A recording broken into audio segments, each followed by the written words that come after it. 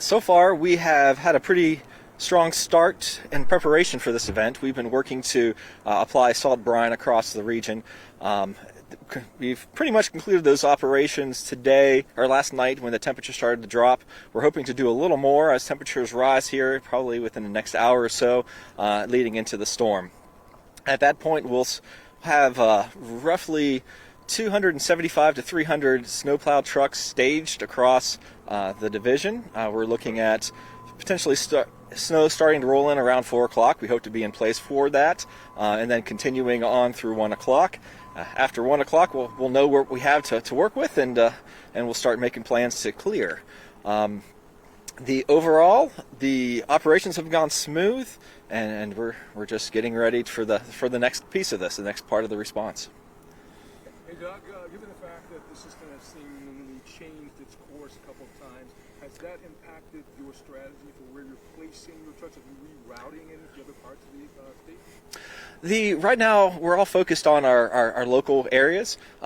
We have county crews in every county across, and that's where they initially focus. In the morning, we'll be working statewide to assess what's occurred, and we'll make plans from there.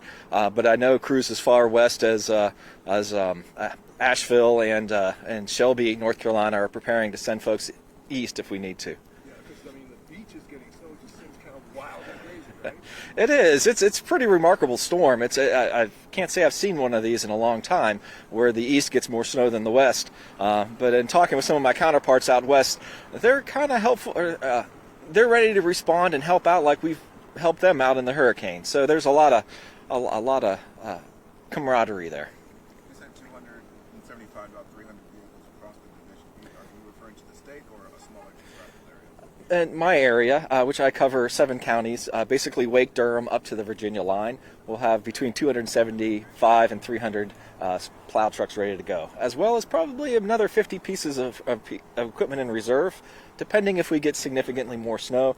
Right now, we're thinking 1 inch to 1.5 inches, so we're going to stick with the snowplow trucks on the initial response.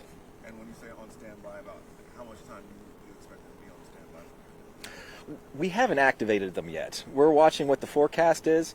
So if all of a sudden it shifts further west and we end up with more than 2 inches of snow, we can call those resources in at that time.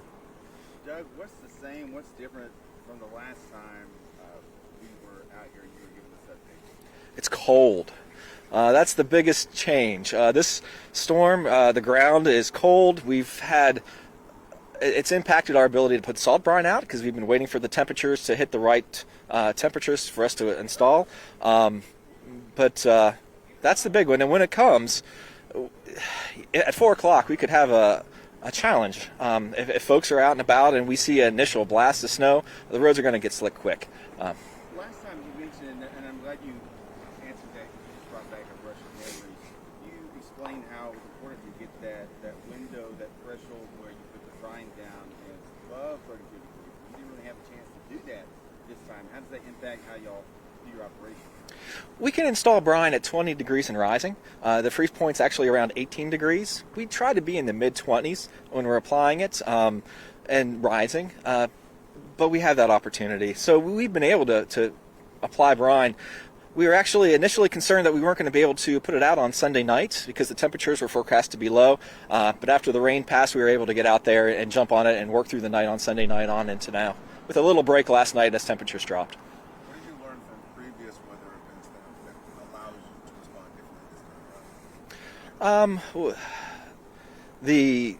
Probably the biggest improvement over the last 25 years has been salt brine. We had an event probably 20 years ago where things got rough real quick, and but back then we didn't have salt brine. Brine allows us to get that material down to help stop the bond from the pavement to the snow, and that's a great tool to have in the bag. Doug, we're talking about the storm coming in right as the evening mood is getting underway. Can you talk about the challenge that brings? Sure.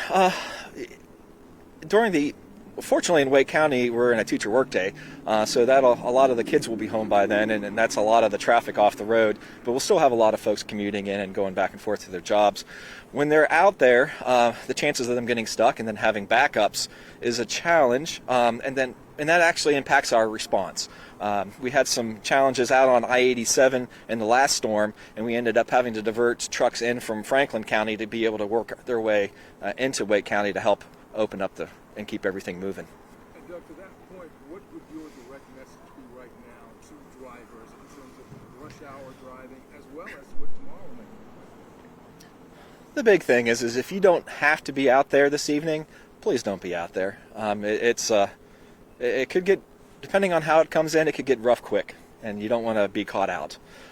Tomorrow, we'll have to see what we get tonight. We'll have a better feel in the morning on what we're dealing with. You anticipate the schools tomorrow being on a delay or being closed at all? What you're expecting? The schools have a hard challenge because they have to look at our road system, they have to look at the city and municipal systems, as well as they have to look at their own parking lots and sidewalks to get in. So there's a lot they have to take into account, and I'm thankful I don't have to make that call. When they are making their decision on whether to delay the start of school or cancel altogether, do school systems like Wake County consult the DOT or? We actually have a pretty robust network, both with the school systems and with the local governments when we're making a lot of decisions on how to address snow and ice. And yeah, we are available, and we do get calls and reach out to them as well through these type of events. Doug, perhaps maybe for just our pleasure of the media, where in terms of staging your crews, where can we go out and get video of their set up? Sure. We probably won't be staging until between 2 and 4. As we get the contract trucks are coming in around 2. We'll be filling them up with the salt and staging them out. You'll see them on ramps or on the interstates. Is probably your best place to see them.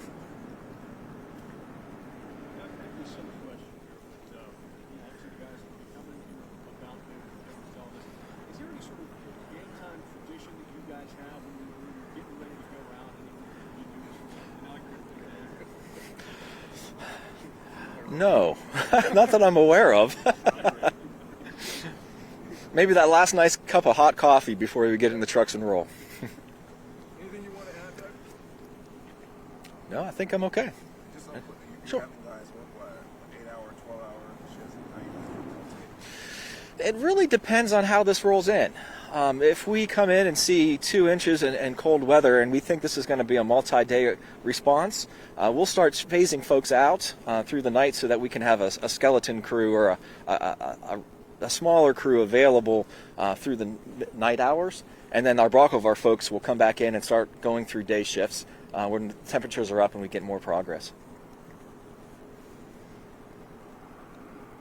Thank you. Thank you. Thank you, sir. Appreciate it.